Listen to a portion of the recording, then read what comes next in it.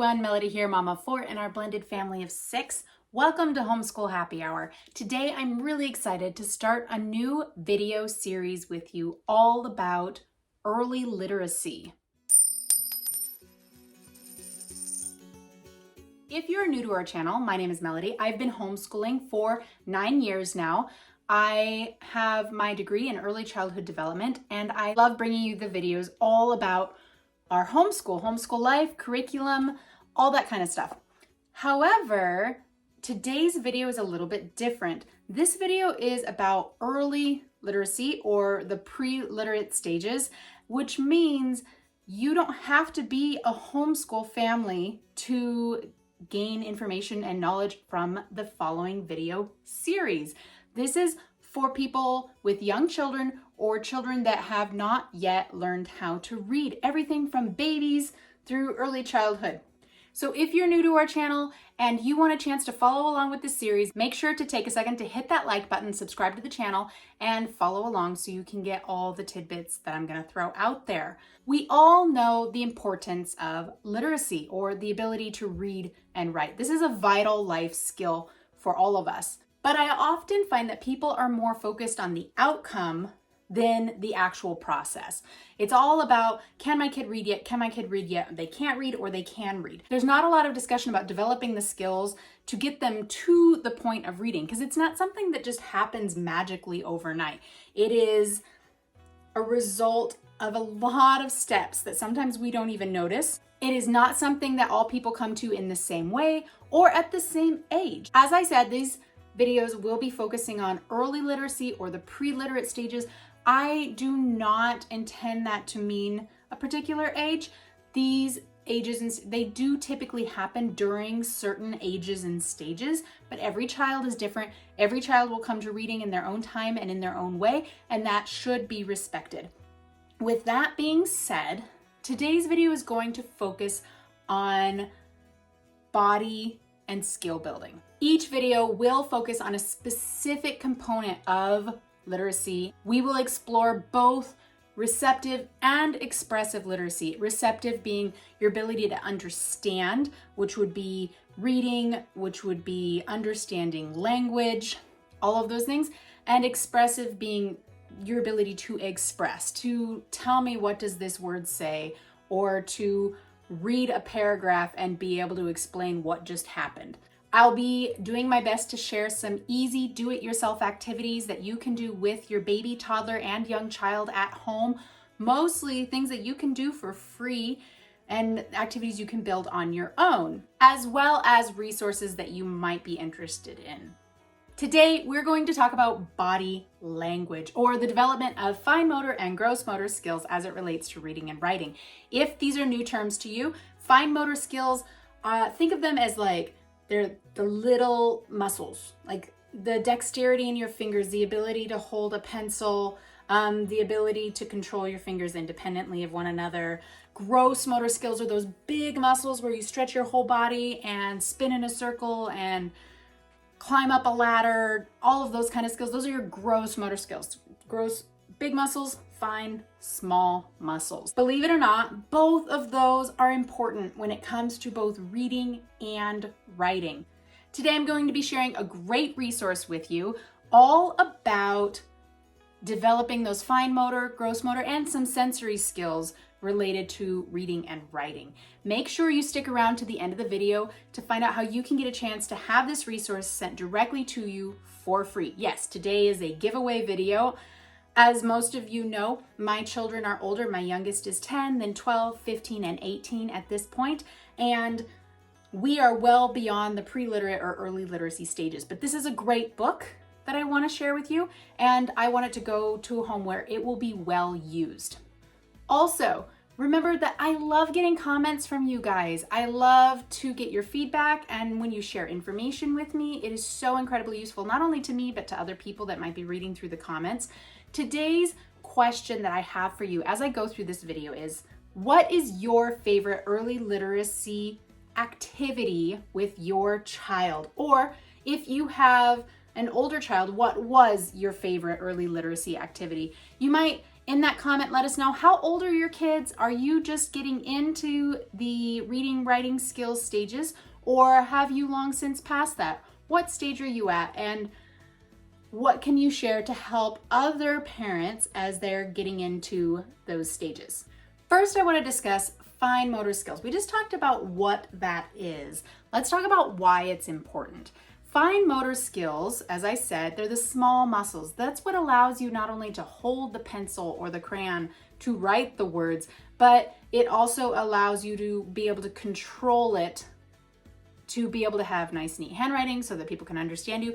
Those are the skills for you to be able to type on the computer. They are very important skills. If your child struggles to hold a pencil or take the page and turn the page in the book, they're going to find reading and writing frustrating, and we don't want them to find that frustrating. So from the age of infancy, we can work on these skills so that by the time they get to the point where they're ready to write those words, they don't even have to think about it. Great at-home activities to help your child develop fine motor skills. For babies, that's the pincer grasp. I don't know if you've heard this, but when you can take your thumb and your finger and pick something up with that, a great way for this, because we know we want to be careful about giving small babies objects that they're going to put in their mouth that they could choke on.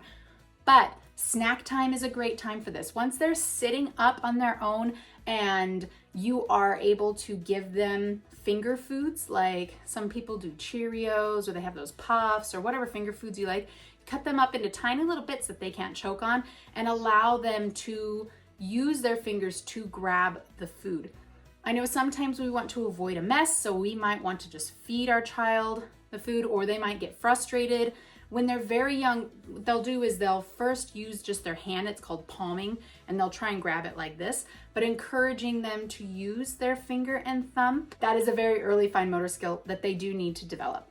Next, toddlers. If you have a toddler in your house, shape sorters and Play-Doh are great for developing fine motor skills. Shape sorters, they're having to control their hand to turn the shape to put it into the right spot, right? And Play-Doh, which I advise edible Play-Doh personally, because they're still at that stage where they're putting things in their mouth.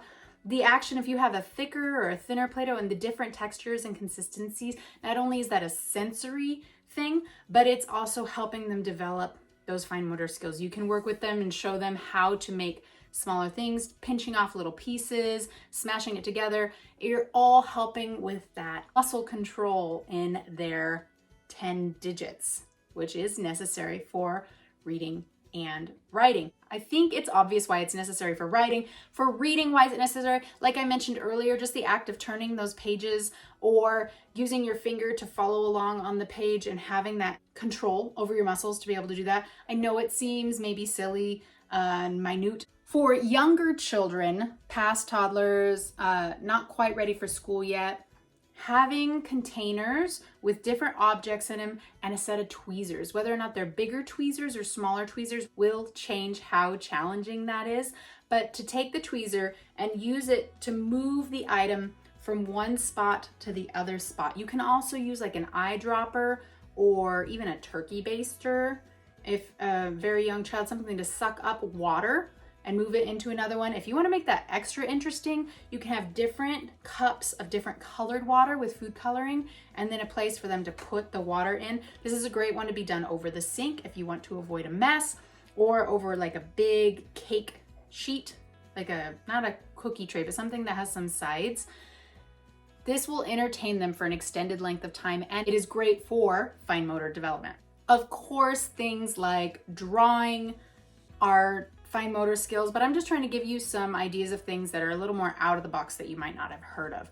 Gross motor skills, on the other hand, those are those big muscles. Those are our whole body. Why are gross motor skills important for reading and writing? Well, depending on how you choose to do your schoolwork, you can absolutely, if you choose to homeschool and you want to do your schoolwork where your kid can lay upside down or on their belly or whatever and do their schoolwork anywhere, that's great. But at certain points in time, they're still going to need to be able to have the skills to sit up and work on what they're working on. So building the muscles in the body and having the ability to sit up. If your child is trying to do schoolwork and they're so fatigued that they don't even feel like they can move their body around comfortably, they're not going to want to focus on schoolwork. For babies specifically, please, please encourage crawling. I know that the little, what do they call them? Like they're jumpers or saucers or whatever. They have all different devices that you can put your baby in. And I appreciate those inventions and those devices, and they have a time and a place, and they are incredibly helpful as a mom. If you need those, use those. I am not here to tell you not to use them. What I'm here to say is that if they are used exclusively and your child doesn't have the opportunity to be down on the floor and have time to crawl, they're missing out on a really important skill. Studies have shown that children that spend a lot of time in those jumpers, the bouncers, not only do they have an increased risk of things like hip dysplasia, I'm talking about excessive amounts of time here, but they might develop their legs and be more likely to skip crawling, to which I've heard many parents say, oh, they're so advanced, they skipped crawling. It's not a judgment, it's just a fact.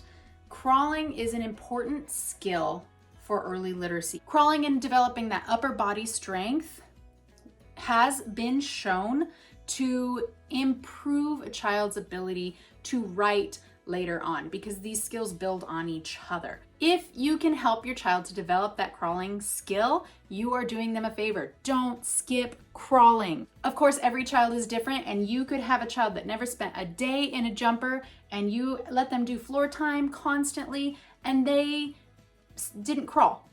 That's fine. You can't control that. I'm just suggesting that make sure they have the opportunity to develop that skill. For toddlers, create obstacle courses in your home. If you can, go outside and play at the park and move your bodies and spend as much time outdoors in big spaces as possible. If that's not available to you on the regular, allowing your child to climb on the furniture, setting up a safe space where they can crawl over and under and around and do all of these things with their body is so important for body awareness and for them to develop those gross motor skills. For younger children, there are, of course, you want to continue to play outside. You can create those obstacles in more challenging ways. You can check out Cosmic Kids Yoga as a free yoga channel on YouTube.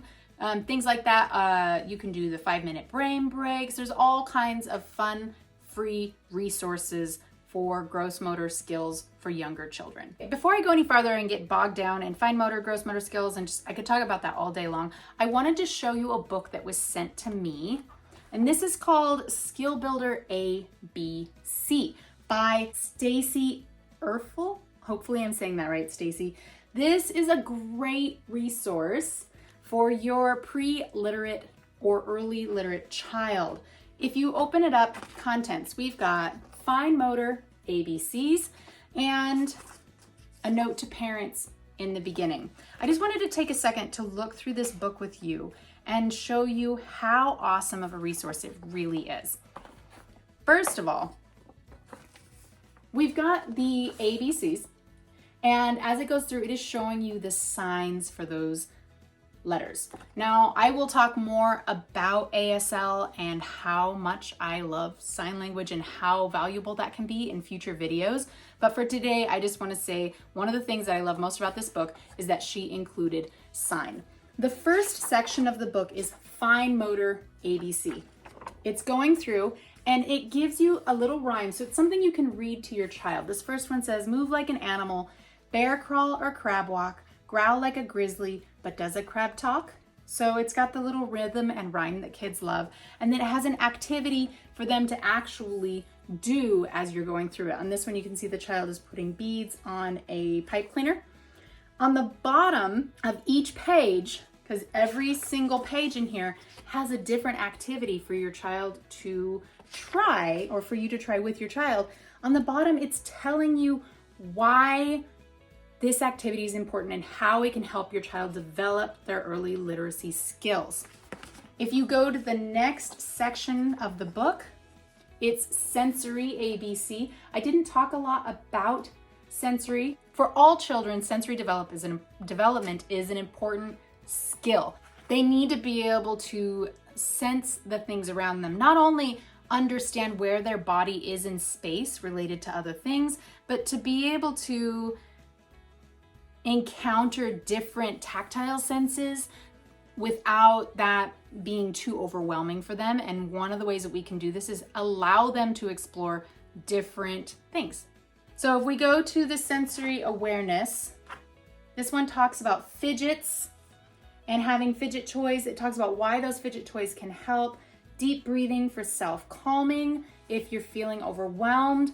I know even as an adult, as a mom, I can get overstimulated. That just means too many things are coming in on my senses. Usually sight and hearing is how I get overstimulated, but overstimulated by touch. This can happen with our kids too. So some of these activities can really help them to develop skills to get through some of those normal life challenges. If we move to the last part of the book, let's see, it talks about gross motor skills. Going into, let's see, K and L, some different yoga poses that your child could do. Again, reasoning on the bottom, an explanation on why is this important and how can this help. You see this child's walking on like a balance beam, which could be something as simple as a piece of tape on the floor. Never underestimate the value of tape, my friends. Everybody loves tape.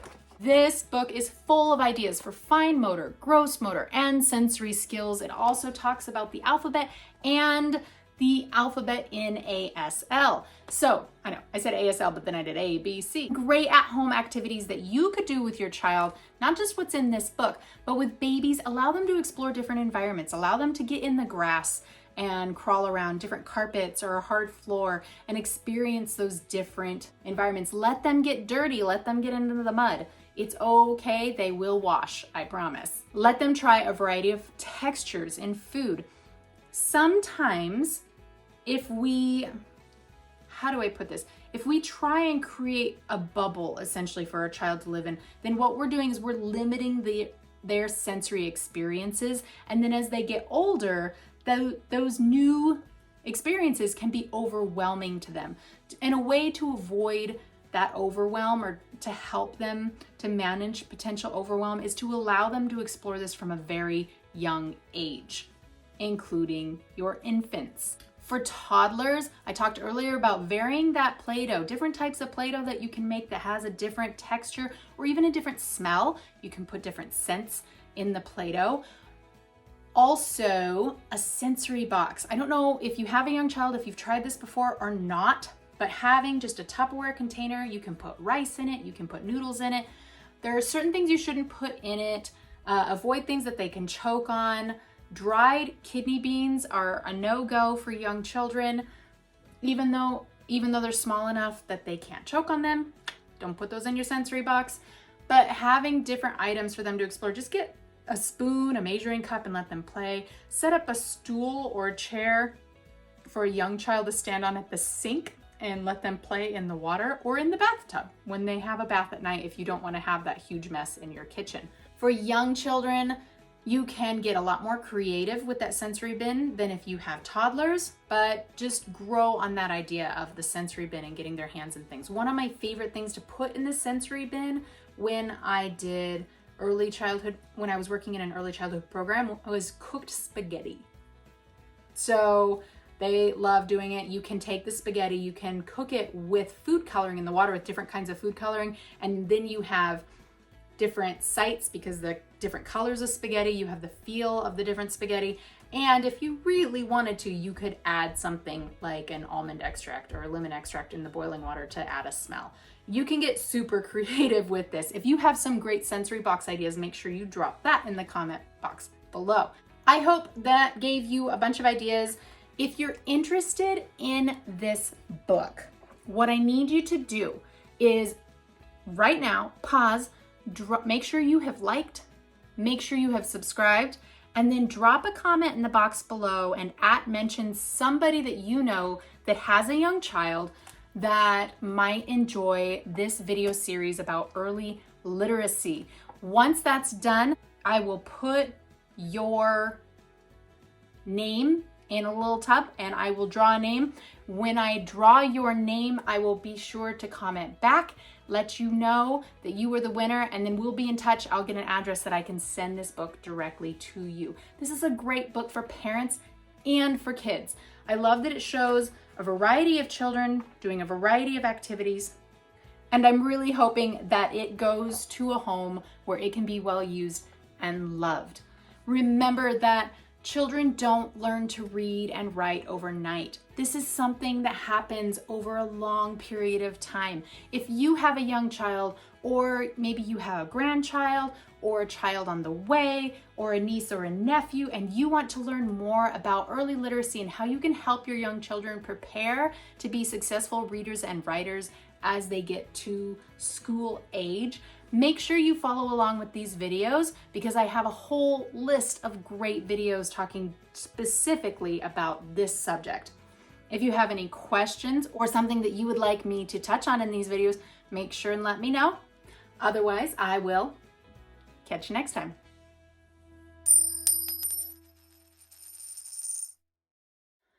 I don't know about you guys, but I am loving that it's fall. Check out this cozy sweater. I even want to I just kind of want to hide in my cozy fall sweater. Do you know what I mean? Like, it's that time of year. It's big, it's cozy. It's